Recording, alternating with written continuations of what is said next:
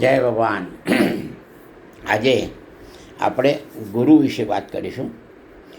આપણને દુનિયાવી કોઈ સારો માનવ ગુરુ તરીકે મળી જાય તો બહુ સારી વસ્તુ છે, પણ જો ગુરુ ના મળે તો આ દુનિયાના સર્વશ્રેષ્ઠ ગુરુ કોણ? તો મહાદેવજી. તો મહાદેવજીને ગુરુ કરવા. તો સર્વપ્રથમ મહાદેવજીને દીક્ષા કેવી રીતે લેવી? તો સોમવારે, 11 પૂનમે, એવા કોઈ સારા ગુરુ પૂર્ણિમાએ સારા દિવસે વહેલી સવારે ઉઠી અને આકાશ નીચે ઊભા રહેવું અને 2 હાથ ઊંચા કરી અને ભગવાનને પ્રાર્થના કરવાની, હે પરબ્રહ્મ પરમાત્મા, હે મહાદેવજી, હું આજથી આપને મારા ગુરુ બનાવું છું. આવી ઘોષણા શક્ય એટલા જોશથી, અવાજથી બ્રહ્માંડમાં પહોંચે એવી રીતે 3 વખત વિનંતી કરવી. એટલે બ્રહ્માંડમાં મહાદેવજી તમારી પ્રાર્થના સ્વીકારશે અને તમારા ગુરુ બનશે.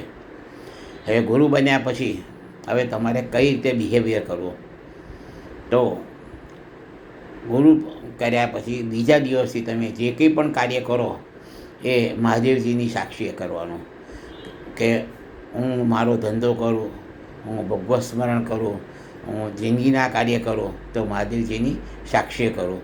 મતલબ કે આપણી જિંદગી સત્યમય થઈ જશે. ત્યાર પછી ગુરુ બનાવ્યા તો ગુરુજીને પ્રસન્ન પણ કરવા પડે. તો ગુરુજીને પ્રસન્ન છે રામ નામ.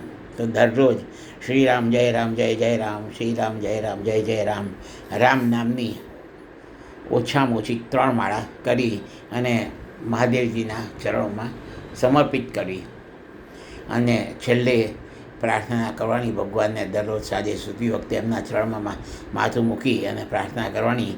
ગુરુર બ્રહ્મા ગુરુર વિષ્ણુ ગુરુર્દેવો મહેશ્વર, ગુરુ સાક્ષાત પરબ્રહ્મ તસ્મૈ શ્રી ગુરવે નમઃ.